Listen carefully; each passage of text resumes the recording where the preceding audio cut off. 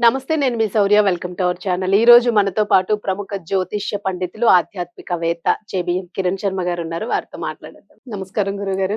Survey జనా సుఖినో భవంతు, ఆనంద సిద్ధిరస్తు. గురుగారు, సమంత పెళ్లి చేసుకున్నారు. మంచిగా ఉంటే హ్యాపీ అందరికీ కూడాను అన్నదే ఉంది. ఫ్యాన్స్ కానియండి, ఎవరైనా కానియండి, ఒక ఆడపిల్ల పెళ్లి చేసుకుంటే బాగోలని అనుకుంటాం. అయితే దీని మీద రకరకాలుగా ముందుసారి పెళ్ళైనప్పుడు అందరూ ఆశీర్వదించినప్పటికీ కూడా వేణుస్వామి గారు అనే వ్యక్తి ఆయన పెళ్లి పెటాకులు అవుతుంది, ఇది ఉండదు, అది ఇది అని చెప్పేసి అప్పట్లో అన్నారు. ఇప్పుడు మళ్ళీ పెళ్లి జరిగినప్పుడు కూడా కొంతమంది ఆయన్ని మళ్ళీ ప్రశ్నించడం మొదలు పెట్టారు, ఈ పెళ్లి ఉంటుందా ఉండదా ఏంటి అని. సో అసలు ఇవన్నీ పక్కన పెడితే మీరేమంటారు? భూత శుద్ధ వివాహము, దాని పవర్, శక్తి ఎట్లా ఉంటుంది? అసలు ఏంటి భూత శుద్ధ వివాహం? ఎక్స్ట్రీమ్ మ్యాగ్నిఫికెంట్, అది కాన్స్టెంట్ పవర్, అది ఎక్స్ట్రీమ్ మ్యాగ్నిఫికెంట్ పవర్ఫుల్ కాన్స్టెంట్, అది శక్తి పవర్ ఉంటుంది దానికి. కాబట్టి ఆ పెళ్లి అనేది పెళ్లిగా కాదు, మీరు చూడాల్సిన దాన్ని పంచభూతాత్మికమైనది. ఆఫ్ కోర్స్ ఈ పాటికి అందరూ నెట్ లో చెక్ చేసే ఉంటారు, అందరూ బాగుంటుంది. చాలా మంది సమాధానం దొరికి ఉండదు. ఇప్పుడు మన టీవీ ద్వారా సమాధానం వస్తుంది. మీరు మనకి పురాణాలకు వెళ్దాం. మనం సైంటిఫిక్ గా ఏందనేది విషయం ముందు మాడుకుంటే, పంచభూతాత్మికం అంటే గాలి, నీరు, ఆకాశము, పృథివీ, వాయువు, ఈ ఐదుటితోని అనుసంధానం అయ్యే వివాహం. అది అందరితో అనుసంధానం అవ్వాలి. సో మనం అనుకున్నట్టుగా నాకు తెలిసినంత వరకు అంటే ఈ వివాహం చేసుకోవాలంటే తప్పకుండా 16 రోజుల ముందు నుంచి అక్కడ ప్రికాషన్స్ ఉండాలి, అక్కడ ప్రిపరేషన్ ఉండాలి. 16 days ముందు నుంచే ఉండాలి. దానికంటే 3 మాసాల ముందు నుంచే ఈ ప్రిపరేషన్ జరుగుతూ ఉండాలి. అంటే ఒక రకంగా మనకి ఏంటంటే ప్రక్షిప్తము అంటే అందులో వీళ్ళు ప్రకృతిలో కలవడము. అంటే ఇది ఎప్పుడు సాధ్యం అవుతుంది? మరణం తర్వాత సాధ్యం అవుతుంది. మరణించిన తర్వాత ఎలాగైతే పంచభూతాల్లో కలుగుతాము మనము, బతుకున్నప్పుడే మనం ఎందుకు కలవకూడదు? దట్ ఈస్ భూత శుద్ధి. దట్ ఈస్ కాల్డ్ భూత శుద్ధి.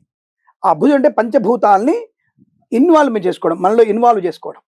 వాయువుని ప్రాణాయామం ద్వారా, యోగాసనాల ద్వారా, యోగము ద్వారా, అలాగే మనకి ఉన్నటువంటి వాతావరణాన్ని మనం తీసుకోవడం, ఆ భూమి మీద కూర్చోవడం అంటే భూతత్వాన్ని కూర్చోవడం, భూమి ధ్యానం చేసుకోవడం, విపరీతమైనటువంటి శక్తిని పెంచుకుని పెడతాం. పోనీ ఒక్కళ్ళు చేస్తే సరిపోతుందా? లేదు. ఇద్దరికి 7 అడుగుల దూరం ఉండాలి.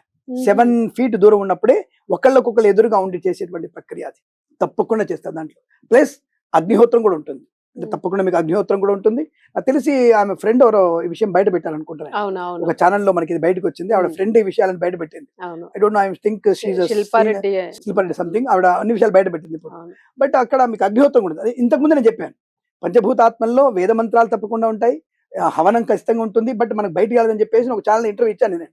బట్ ఇప్పుడు అందరూ అనొచ్చు, ఇప్పుడు కొంతమంది వచ్చేసి ఎవరైనా హాస్టల్ వెళ్ళిపోయాను, ముందు మైక్ పెట్టారా, వాళ్ళు ఎవరు అడిగారు అని చెప్పి అడిగేటువంటి మాటలు కూడా విన్నాను నేను. ఇక్కడ నేను ఏమంటాను అంటే, వాళ్ళ జీవితం వాళ్ళది, మనం కాదనట్లేదు. వాళ్ళ జీవితంలోకి ఎంటర్ అవ్వద్దు మనం.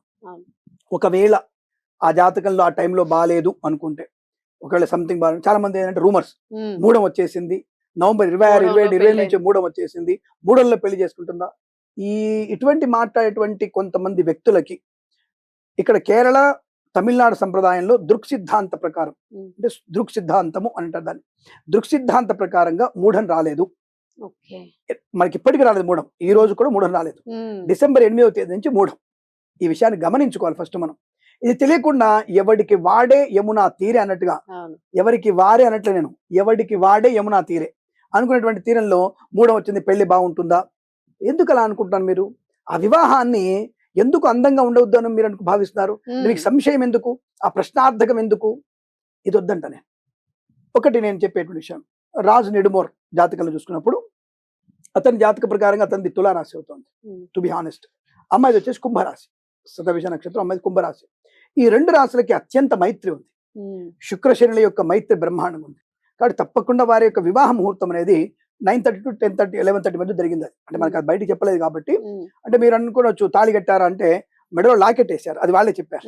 ఈజ్ గివెన్ ఏ మెడల్, వాళ్ళ మెడలో, అమ్మాయి మెడలో లాకెట్ వేశారనే విషయం కూడా మీకు బాగా కరెక్ట్ గా తెలుసు.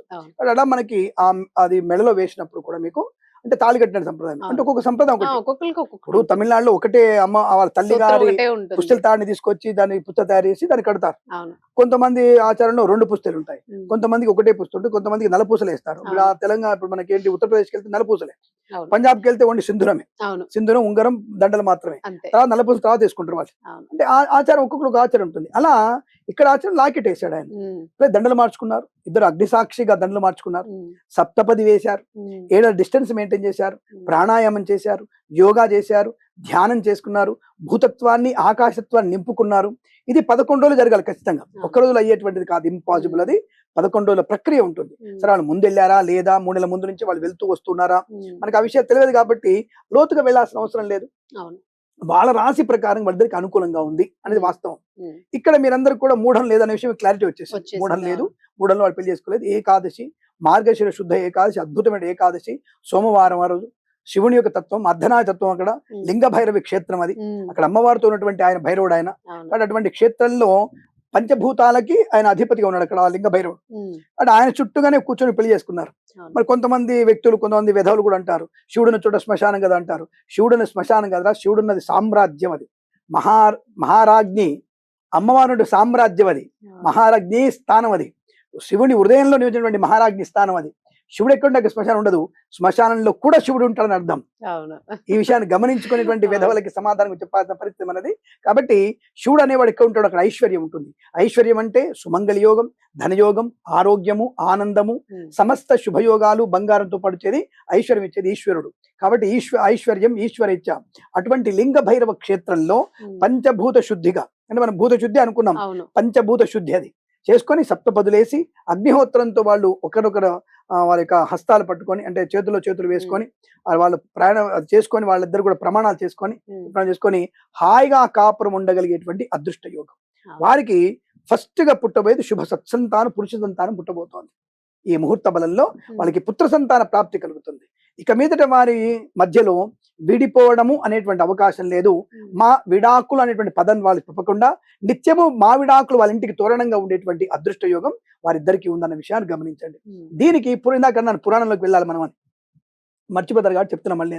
పురాణంలో మనకి దుష్యంతుడు శకుంతల మీ వివాహం వినే ఉన్నారుగా, బాగా వినే ఉంటారు కదా ఇప్పుడు.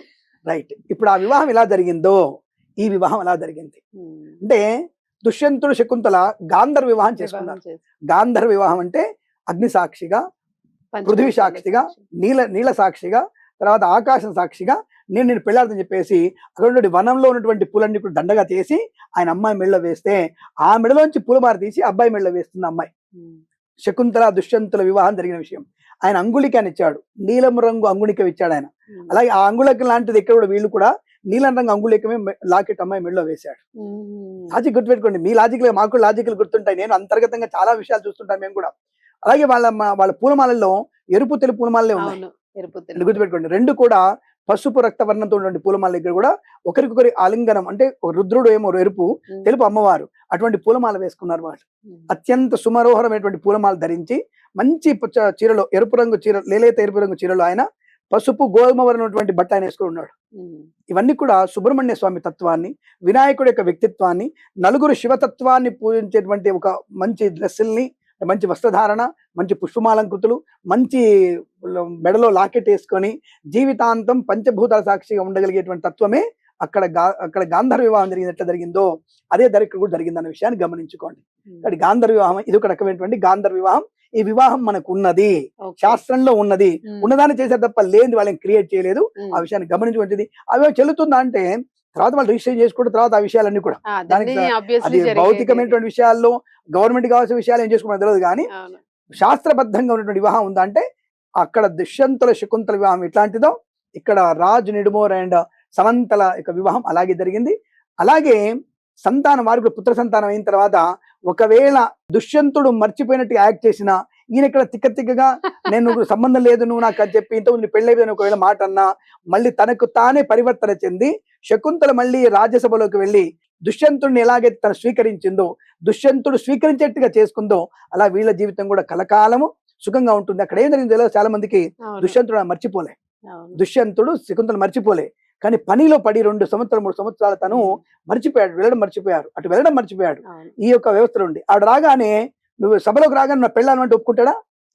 కాబట్టి రాముడు ఎలాగైతే సీతను తప్పు పట్టినట్టుగా మనం భ్రమింపజేసినటువంటి వ్యక్తుల మాటలు నమ్మి అడవికి వెళ్ళి నువ్వు పునీతగా మారమని చెప్పాడో, ఇక్కడ కూడా ఆవిడ చెప్పిన ప్రతి సంఘటనని ఈయన ఆవర్తు చేసుకుంటూ ఇక్కడ వెళ్ళాం, ఎవరు ఈయన వెంట వచ్చిన మంత్రులు అందరూ గుర్తుండాలి కదా, అవన్నీ సాక్ష్యంగా బయటికి రావాలి అని చెప్పి, నువ్వు నా భార్యవని నాకు ముందే తెలుసు, నేను పరిణామాడిన విషయం నాకు తెలుసు, కానీ ఈ సభలో నువ్వు రాగాన్ని స్వీకరిస్తే నేను చక్రవర్తిని అవ్వకుండా ఇష్టం వచ్చిన ఆడదాన్ని స్వీకరించడం అవుతాను, కాబట్టి నువ్వు సహధర్మచారిణిగా నా ధర్మపత్నిగా అగ్నిసాక్షిగా నిన్ను నేను చేసుకున్న గాంధర్వం అని చెప్పేసి నేను ప్రూవ్ కావాలంటే ఈ విషయాలన్నీ బయటపడాలి.